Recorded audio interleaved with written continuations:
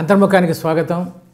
ఈ వారం మన ఎపిసోడ్ బేరమాటం కళ, ది ఆర్ట్ ఆఫ్ నెగోసియేషన్. బేరమాటం అంటే మన షాప్కి వెళ్ళి అది కొంటే వాడు 1000 రూపాయలు అంటే మనం 500, అది కాదండి బేరమాటం అంటే. Any part in the life is a negotiation. ఉదాహరణకి నువ్వు నీ కొడుకు ఏమి ఇస్తున్నావు, కొడుకు నీకేమి ఇస్తున్నాడు, లవ్ అండ్ ఎఫెక్షన్ వదిలేసేయండి మామూలు, అవి కాదు నేను చెప్పేది. What is that you are giving, what is that you are taking, దాని గురించి మనం ఇప్పుడు మాట్లాడదాం. ఉదాహరణకి ఏదైనా సరే మనం ఒక వ్యవహారంలో ఫస్ట్ నువ్వు తెలుసుకోవాల్సింది నీకేం కావాలి, నీకు ఏం కావాలి. ఒక చిన్న ఉదాహరణ చెప్తా. ఒక కొబ్బరికాయ ఇంట్లో ఒకటే ఉంది, కొబ్బరికాయ. ముగ్గురు ఉన్నారు, ఫాదర్, మదర్ అండ్ సన్. ముగ్గురు న్యాయాధికారి దగ్గరికి వెళ్ళి ఈ కొబ్బరికాయ మాకు కావాలి, కొబ్బరికాయ మాకు కావాలి అంటే ముగ్గురు సమానంగా పంచుకోండి అన్నాడు. ఇది ఒక రకమైన నెగోసియేషన్. కానీ యాక్చువల్గా కొడుక్కి కావాల్సింది కొబ్బరి, ఫాదర్కి కావాల్సింది కొబ్బరి నీళ్ళు, తల్లికి కావాల్సింది ఆ జిలేబీ వేయటానికి చిన్న డొప్ప, 3 కన్నాలు ఉన్న డొప్ప. ఈ ముగ్గురు కరెక్ట్గా మాట్లాడుకుని ఉంటే కొబ్బరికాయను ముగ్గురు హ్యాపీగా పంచుకుని ఉండేవాళ్ళు. కమ్యూనికేషన్ గ్యాప్ వల్ల ముగ్గురు నష్టపోయారు. ఇది బేరమాటం అంటే ఒక కళ అని చెప్పి నేను చెప్పేది ఇదే. మీ ఇన్వెస్ట్మెంట్ ఏమిటి, మీరు పొందేది ఏమిటి, ఇది మన టాపిక్ ఈరోజు.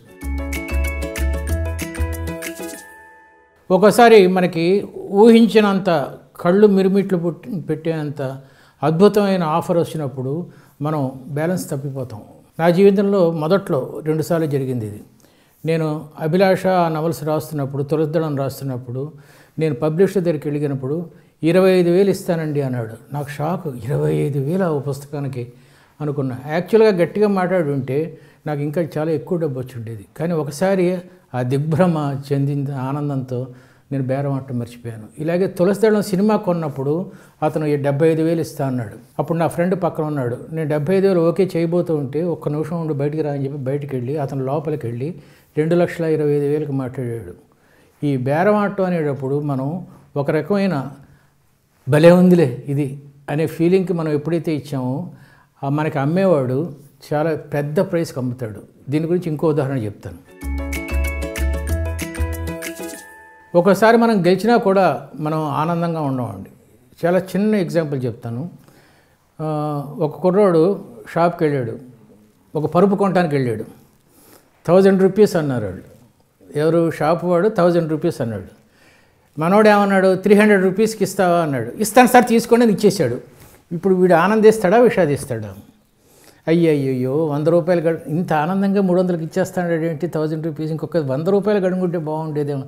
దీన్ని విన్నర్స్ కర్స్ అంటారండి. మనం గెలుస్తాము కానీ ఆనందం ఉండదు. ఇంకో ఉదాహరణ చెప్తా. ఒక కరోర్పతి ఉన్నాడు, బాగా క్రూయల్ ఫెలో, పెళ్ళాన్ని కొడుతూనే ఉంటాడు, చచ్చిపోయాడు. ఇప్పుడు పెళ్ళాం ఏడవాలా నవ్వాలా? యాక్చువల్గా చాలా ఆనందంగా ఉంది. ఆవిడ కోట్ల ఆస్తి వచ్చింది, మంచి యంగ్ వయసులో ఉంది. వాడు చచ్చాడు, కొట్టేవాడు, దుర్మార్గుడు. కానీ సమాజం కోసం ఏడవాలి. దీన్ని కూడా విన్నర్స్ కర్స్ అంటారు. ఇంతకన్నా అద్భుతమైంది ఇంకోటి చెప్తానండి. నువ్వు సినిమాలో వేషాని కోసం వెళ్ళావు. సరే, ఏ పూరి జగన్నాథ్ రాజమౌళి కలిసి నీకు చిరంజీవి పక్కన ఎక్కడో సైడ్ హీరో, బ్యూటిఫుల్ వేషం అని చెప్పారు. ఎంత ఆనందం నీకు. ఇదే టైంకి నీకు ఏం తెలిసిందంటే అదే సినిమాలో హీరో నీ క్లోజ్ ఫ్రెండ్, వాడు ట్రై చేస్తున్నాడు సినిమాలకి, వాడికి హీరో వేషం ఇచ్చారు, నీకేమో సైడ్ హీరో వేషం ఇచ్చారు. ఇప్పుడు నువ్వు ఆనందిస్తావా విషాదిస్తావా? విన్నర్స్ కర్స్ అంటే గెలుపుని పరిపూర్ణంగా ఆనందించలేకపోవడం. కాబట్టి ఎప్పుడైనా సరే ఏదో ఒక పని అయిపోయిన తర్వాత చాలా హ్యాపీగా దాని యొక్క ఫలితాన్ని ఆనందించాలి తప్ప ఇలా జరుగుంటే ఎలా ఉండేది, అలా జరుగుంటే ఎలా ఉండేది, వాడంత ఆనందంగా ఎందుకు అమ్మేశాడు, నాకు ఇంకా తక్కువకి బేరం ఆడితే, ఇలా అయితే జీవితంలో ఎప్పుడూ ఆనందం ఉండదండి. చాలా కాలం క్రితం నేను ఒక మంచి స్టోరీ చదివానండి, బ్యూటిఫుల్ స్టోరీ. బేరం ఎలా ఆడాలి ఇది. ఒక రాజుగారు ఒక వజ్రాల వర్తకుడి దగ్గరికి వెళ్తే ఈ వజ్రం ఎంత అని అడిగితే 10 లక్షలు అన్నాడు. ఇది 10 లక్షలు ఉండదు, 8 లక్షలు ఇస్తాడు. సరే 10 లక్షలు, సరే నేను తీసుకెళ్ళి చూసి పంపిస్తానని చెప్పి తీసుకెళ్ళిపోయాడు వజ్రం. తీసుకెళ్ళిన తర్వాత ఒక పెట్టె, ఆ వజ్రం ఉన్న పెట్టె మళ్ళీ వెనక్కి పంపించేశాడు. పంపించి దాంతోపాటు ఒక చిన్న లెటర్ పంపించాడు. ఏం పంపించాడంటే, నీ వజ్రం నీకు వెనక్కి ఇచ్చేస్తున్నాను, ఇది 8 లక్షల కన్నా ఎక్కువ చేయదు, నీకు 8 లక్షలు ఇస్తున్నాను, మా రాజభటులతో 8 లక్షలు ఇస్తున్నాను, నీకు కావాలంటే 8 లక్షలు తీసుకుని ఈ పెట్టి వెనక్కి ఇచ్చేసేయి, లేదా ఈ పెట్టి నువ్వే ఉంచేసుకుని నాకు అక్కర్లేదు వజ్రం, మా 8 లక్షలు మాకు పంపించేసేయంటే 8 లక్షలు వెనక్కి పంపించేసాడు వర్తకుడు. ఇది 10 లక్షల కన్నా తక్కువ ఇవ్వను అని చెప్పేసి. వాళ్ళు వెళ్ళిపోయిన తర్వాత పెట్టి ఓపెన్ చేసి అందులో 10 లక్షలు ఉంది. అంటే ఆ బేరం బాణాన్ని చివరి వరకు లాగాడనమాట. ఇది పెర్ఫెక్ట్గా బేరం ఆడే పద్ధతి అండి. నువ్వు ఎంతకి ఇస్తావు? 10 లక్షలకు తక్కువ ఇవ్వవు కదా, పెట్టిలో 10 లక్షలు ఉంది, తీసేసుకో. This is perfect bargaining. మీరు ఒక అందమైన అమ్మాయి అనుకుందాం, షాప్కి వెళ్ళారు, చీరల షాప్కి వెళ్ళారు, అద్భుతమైన చీర కనబడింది, చూడగానే మీ కళ్ళు మెరిసినాయి. వాడు పట్టేస్తాడు, ఎవరు? షాప్ వాడు. అమ్మా అసలు ఇది మీరు తొడుక్కుంటే ఐశ్వర్యరాయ్ ఇంక వేసేస్తాడు అంతే, నిన్ను ఎట్లాగా పెట్టేస్తాడంటే ఆ చీర కొనకపోతే నీ జీవితం వేస్ట్ అన్నట్టు పెట్టేస్తాడు. వాడు సేల్స్మెన్. నీ యొక్క ఇష్టాన్ని, నీ అద్భుతమైన ఇష్టాన్ని నువ్వు ఎప్పుడైతే బయటికి చెప్పావో వాడు నిన్ను ఆడుకుంటాడు. అట్లాగైనా నీకు ఎవరైనా గర్ల్ ఫ్రెండ్ ఉంటే నువ్వు అద్భుతం, ఆహా ఓహో అని పొగిడావో ఎక్కేస్తుంది. ముందు కొంచెం రిజర్వ్డ్గా ఉండి జాగ్రత్తగా ఆ అమ్మాయితో మంచి ఫ్రెండ్షిప్ అయ్యే వరకు బేరం, ఇది బేరం అనే వర్డ్ తప్పేమో ఇక్కడ, కానీ జాగ్రత్తగా నెగోషియేట్ చేసి మంచి ఫ్రెండ్షిప్, ఆరోగ్యకరమైన ఫ్రెండ్షిప్ చేయాలి. ఎప్పుడైతే నువ్వు ఎక్కువ ఉత్సాహం చూపించావో అయిపోయావు అన్నమాట. ఏదన్నా సరే నెగోసియేషన్లో మనం స్పెండ్ చేసేది మన టైము, మన డబ్బు, మన ఆరోగ్యం, ఇవన్నీ నెగోషియేషన్లో స్పెండ్ చేస్తాం. మనం ఏమిస్తున్నాం, మనకేమొస్తుంది. ఉదాహరణకి ఒక కుర్రోడికి సిస్టర్ అంటే విపరీతమైన ప్రేమ, పెళ్ళాం వద్దని చెప్తూనే ఉంది, పెళ్లి చేశాడు, పర్లేదు పెళ్లి చేశాడు, కానీ విపరీతంగా ఖర్చు పెడుతున్నాడు సిస్టర్ కోసం, పిల్లల్ని సరిగ్గా చూసుకోవట్లేదు. ఈ టైంలో అతను స్పెండ్ చేస్తున్నది డబ్బు, టైము. కానీ ఇతనికి ఒంట్లో బాగాలేకపోతే బావమరిది కనీసం వైఫ్ని పంపించలేదు ఇంటికి.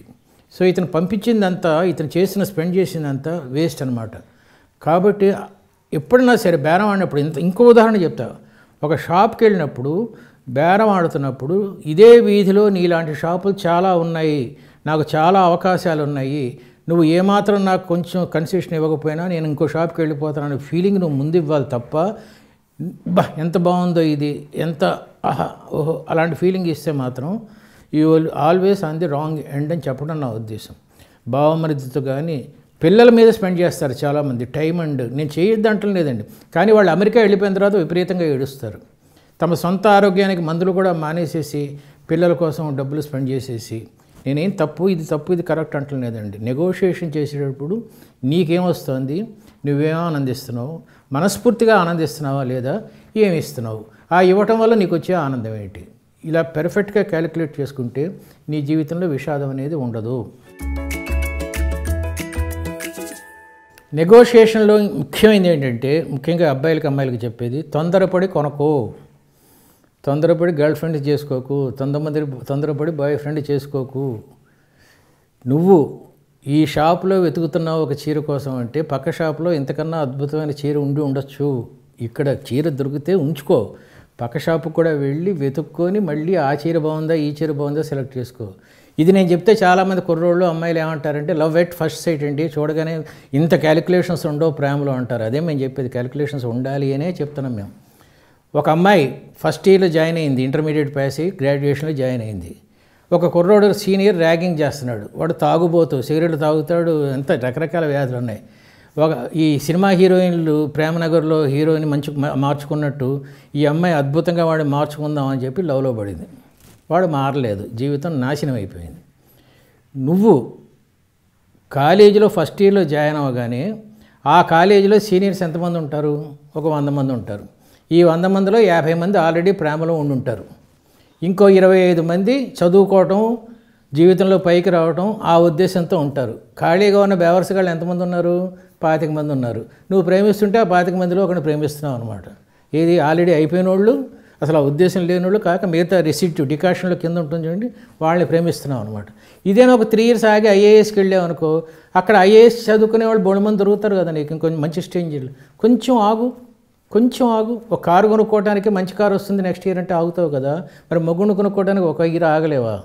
ఇది ఎప్పుడన్నా సరే బేరం ఆడేటప్పుడు ఒక షాప్లోనే సాటిస్ఫై అవ్వకు, గో ఫర్ ఆల్ వెరైటీస్ అని చెప్పడం దీని ఉద్దేశం. 2 రాష్ట్రాలు విడిపోతున్నాయి, 2 చీఫ్ మినిస్టర్లు కూర్చున్నారు. ఈ చీఫ్ మినిస్టర్ అన్నాడు నాకు చెరువులు కావాలి అన్నాడు, తీసుకో అన్నాడు. నాకు కాలువలు కావాలి అన్నాడు, తీసుకో అన్నాడు. నాకు సెలయేళ్ళు కావాలి అన్నాడు, తీసుకో అన్నాడు. మరి నీకేం కావాలన్నాడు మీడియేటర్, నాకు నదులు కావాలి అన్నాడు. ఎప్పుడైనా సరే బేరం ఆటంలో నీకు ఏది లాభమో, నీకు ఏది లాంగ్ రన్లో లాభం వస్తుంది అది నువ్వు ఎప్పుడు కోరుకుంటూ ఉండు. కానీ అన్నిటికన్నా ముఖ్యంగా ముగించిపోయే ముందు ఒక మాట చెప్తానండి, అవతలోని నొక్కేయకు, అవతలోని కార్నర్ చేయకు, ఇస్తావా చస్తావా అనే లెవెల్కి తీసుకెళ్ళకు. వాడు గో టు హెల్ అనిపోతే మొత్తం బేరం పోతుంది. నేను ఆ తొలద్దడం అభిలాష్ కానీ అప్పుడు అమ్మకపోయి ఉంటే 25,000కి అమ్మేశాను. ఇప్పుడు ఈరోజు ఈ స్థితిలో ఉండేవాడిని కాదు. ఆ పబ్లిషర్ పెద్ద పబ్లిషర్ అయ్యి తర్వాత ఆ నవల వచ్చిన తర్వాత కేఎస్ రామారావు దాన్ని సినిమాగా కొని తర్వాత చిరంజీవితో వాళ్ళతో 5 సినిమాలు తీయడానికి 25,000కి ఒప్పుకోవటమే.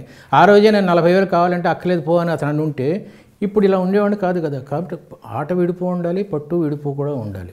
ఒకటే పాయింట్ చెప్తానండి, ఒక అగ్రిమెంట్ ఎంటర్ అయినప్పుడు నువ్వు ఇటువైపు కూర్చొని సంతకం పెడితే అదే అగ్రిమెంటు అటువైపు కూర్చొని సంతకం పెట్టేలాగా ఉండాలి ఆ అగ్రిమెంటు.